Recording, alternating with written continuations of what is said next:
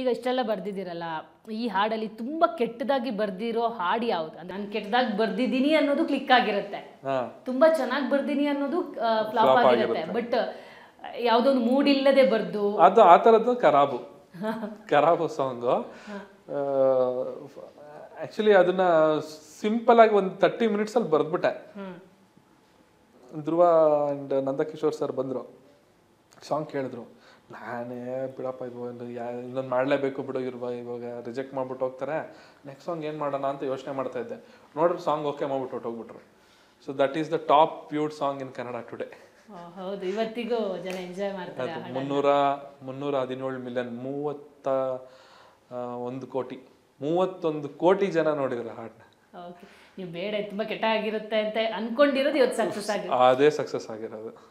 ನೀವು ತುಂಬಾ ಲೇಟ್ ಆಗಿ ಬರ್ದಿರುವಂತ ಹಾಡು ಯಾವ್ದಂದ್ರೆ ತುಂಬಾ ಟೈಮ್ ತಗೊಂಡು ಹಾಳಾಗೋದೆ 1 ವರ್ಷ ಬರ್ದಿದ್ದೀನಿ ಆ ಹಾಡನ್ನ. ಪಟ್ಟ ಅಂತ ಬರ್ದಿರೋದು ಯಾವ್ದು? ಅದು ಕರಾಬು. ಎಷ್ಟು ಫಾಸ್ಟ್ ಬರ್ದಿದ್ದು ಸಾಂಗು. 30 ಮಿನಿಟ್ಸ್ ಅಲ್ಲಿ ಸುಮ್ಮನೆ ನಾನು ಬರೆಯಲ್ಲ. ಆ್ಯಕ್ಚುಲಿ ನಾನು ಲಿರಿಕ್ಸೇ ಬರೆಯಲ್ಲ, ನಾನು ಡೈರೆಕ್ಟ್ ರೆಕಾರ್ಡ್ ಮಾಡೋದು. ಟ್ಯೂನ್ ಮಾಡಿರ್ತೀನಿ, ಮೈಂಡಾಗಿ ಏನು ಬರುತ್ತೆ ಹಂಗೆ ರೆಕಾರ್ಡ್ ಮಾಡಿಬಿಡ್ತೀನಿ ನಾನು. ಸೊ ಇದ್ರ ಜೊತೆಗೆ ಇನ್ನೊಂದು ಅದೇ ಥರದ್ದು ಕೇಳಿಬಿಡ್ತೀನಿ.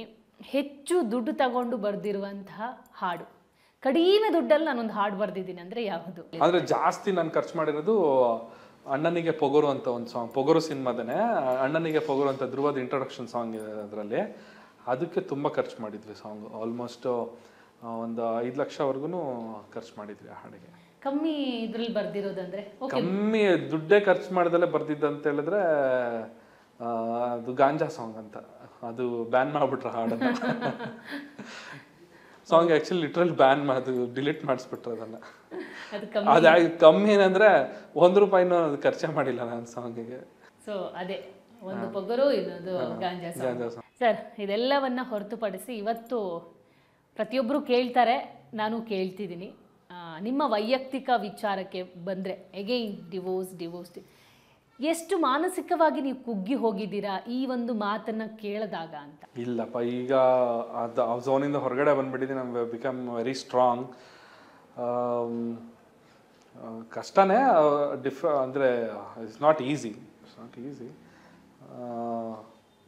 ಮೇಲ್ನೋಟಕ್ಕೆ ಇವಾಗ ಮೈ ಮೇಲಾಗಿರೋ ಗಾಯ ಕಾಣಿಸುತ್ತೆ, ಅದು ಯಾವಾಗ ವಾಸಿ ಆಗುತ್ತೆ ಅಂತಲೂ ಗೊತ್ತಾಗುತ್ತೆ. ಹಿಂಗೆ ನೋಡ್ತಾನೆ ಇಲ್ಲಿ ಒಂದು ಗಾಯ ಆಗಿತ್ತು ಅಂದರೆ ವಾಸಿ ಆಗಿ ಲಾಸ್ಟಿಗೆ ಒಂದು ದಿವಸ ಏನೂ ಇರೋದಿಲ್ಲ.